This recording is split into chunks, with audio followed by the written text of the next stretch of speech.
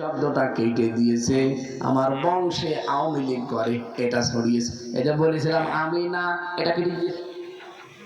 কত বড় শয়তান!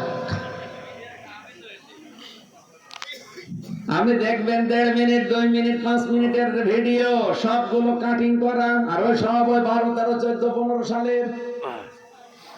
আমি ওই সময় গোয়াসে বলেছিলাম কোরআনের মর্যাদার কথা বলতে গিয়ে, যে টনি বেলাওয়ারের শালিকা লরেন বুথ, সে বলেছে যে কোরআনে আমি 53 জায়গায় ভুল পেয়েছি। এ কথা কি আমি বলেছি না লরেন বুথ? লরেন বুথ ওখানে শব্দটা লাগিয়ে দিয়েছি, আমি বলেছি কোরআনে 53 জায়গায় ভুল আছে, ছড়িয়ে দিল আমার নামে। দেখেন আমির হামজা কোরআনে ভুল ধরেছে, ওর ওয়াজ শোনা যায় নেই। শয়তান শব্দটা বলল কে আর লাগিয়েছে কার নামে? এরকম প্রায় 100-200টা ভিডিও ওরা কাটিং করে এখন ছাড়তেছে আমার কালার করার জন্য। আপনি যত কালার করার চেষ্টা করবেন তত জনপ্রিয়তা আল্লাহ আমার মানুষের হৃদয়ে বাড়িয়ে দেবে। কারণ আল্লাহর কসম, আমি এই রাস্তায় এসেছি মানুষের জন্য, আল্লাহর বিধানের জন্য। হযরত সুলাইমান নবী, হযরত ইউসুফ নবী, আমাদের নবী মুহাম্মদ রাসূলুল্লাহ দোয়া করেছিলেন, ওয়াজআলনি মিন লাদুনকা সুলতানান নাসীরা। হে আল্লাহ, তুমি আমাকে রাজ ক্ষমতা দান করো যার ভেতরে তোমার সাহায্য থাকে। পাবনাবাসী মন থেকে বলবেন, নবীজি মুহাম্মদ রাসূলুল্লাহ যে দোয়া করলেন, এটাকে আমি এখন বানালাম। সূরা বানী ইসরাইলের 80 নম্বর আয়াতের শেষের দিকে আছে, উনি যে রাজ ক্ষমতা আল্লাহর কাছে চেয়েছিলেন, উনি চেয়েছেন না, ওনাকে আল্লাহ চাইতে বলেছেন। এটা তো বলেন না কেন? আল্লাহ নিজে তাকে শিখিয়ে দিচ্ছে যে আপনি এভাবে দোয়া করেন। উনি এইভাবে দোয়া করেছেন, আল্লাহ রাজ ক্ষমতা দেয়নি। দিয়েছে কয় বছর? 10 বছর। বলেন বলেন, কয় বছর?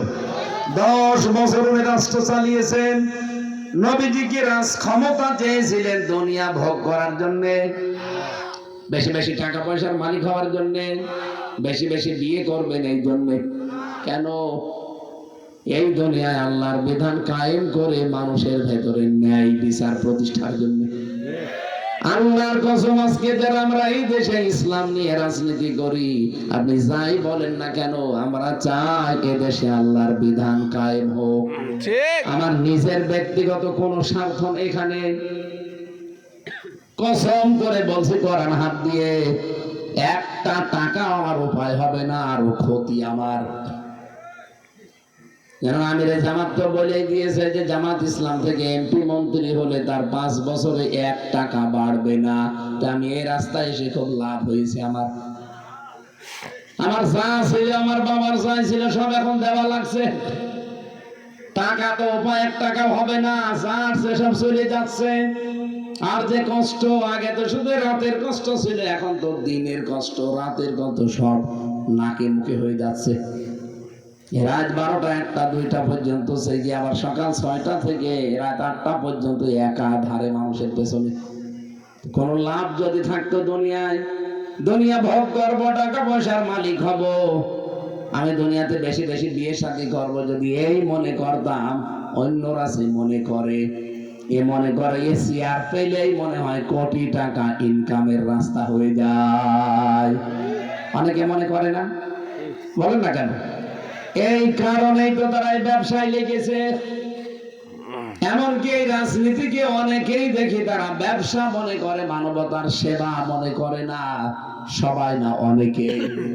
বিয়ে দেওয়ার সময় জিজ্ঞাসা করছে ছেলে কি করে, রাজনীতি করে। মানে রাজনীতি এখন একটা পেশা, অথচ রাজনীতি করা একটা মানুষের সেবা। এটা কি বলেন বলেন? সেবা। এখন আবার নতুন স্লোগান শুনছে বিভিন্ন জায়গায়, ছেলে কি করে?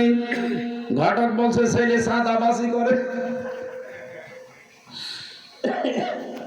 অনেকের কাছে এখন চাঁদাবাজি, দখলবাজি, এটাও নাকি এখন পেশা হয়ে দাঁড়িয়েছে।